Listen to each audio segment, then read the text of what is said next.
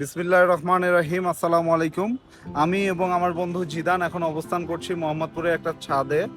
তো জিদানের কাছে আমার প্রশ্ন, ইদানিং ঢাকা শহরে অনেক যানজট দেখা যাচ্ছে, তো যানজটের কারণগুলো আমরা কিভাবে ফাইন্ড আউট করতে পারি?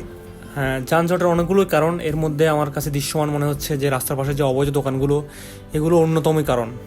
এবং আমরা দেখতে পাচ্ছি যে ইদানিং অটোরিকশার প্রকোপ খুব বেড়ে গেছে মেইন রোডে, যার কারণে যানজট খুবই তীব্র থেকে তীব্রতর হচ্ছে। এছাড়াও যে মানে বাসগুলো যেখানে সেখানে থামতেছে, যাত্রী তুলতেছে তাদের নির্দিষ্ট স্থান ব্যতীত, যার কারণে মানে অনেক যানজটের সৃষ্টি হচ্ছে।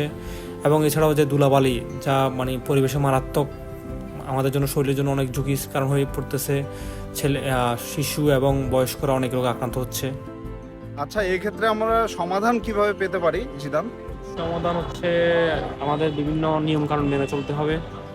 নিয়মকানুন মানলে হবে না, ওটা মানে আরোপ করতে হবে এবং জরিমানার ব্যবস্থা করতে হবে।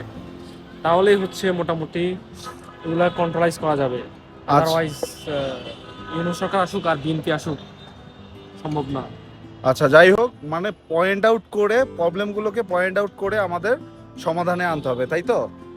ওকে, ধন্যবাদ সবাইকে। আসসালামু আলাইকুম।